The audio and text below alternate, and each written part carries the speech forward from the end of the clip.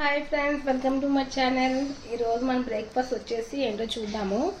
నేను డైట్లో ఉన్నానని చెప్పాను కదా, అందుకు ఉప్మా మొలకలు అలాంటివి తీసుకుంటున్నాను. సో ఈరోజు మన బ్రేక్ఫాస్ట్ అనేది చూద్దాం ఏంటో.